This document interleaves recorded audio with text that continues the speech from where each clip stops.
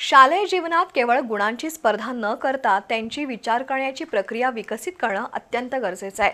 पालकांनी मुलांना लहानपणापासून वाचन, निरीक्षण, संवाद आणि सातत्य याचं महत्त्व शिकवलं पाहिजे। तपश्चर्या आणि समर्पणाशिवाय यश मिळत नाही।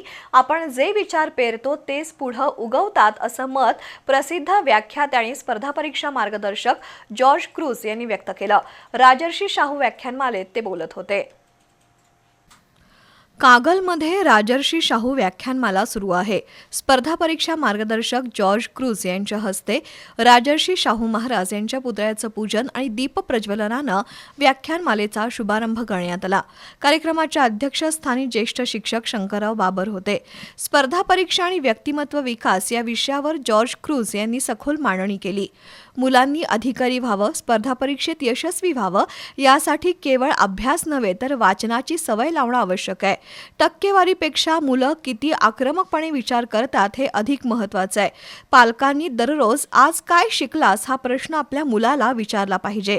त्यातूनच मुलांच्या आयुष्यात स्पार्क निर्माण होतो, असं व्याख्याते जॉर्ज क्रूज यांनी सांगितलं। टॉपर विद्यार्थी अभ्यासाव्यतिरिक्त मोबाईलचा वापर करत नाहीत। वाचनामुळे सद्विवेक बुद्धी जागी होते असं त्यांनी सांगितलं।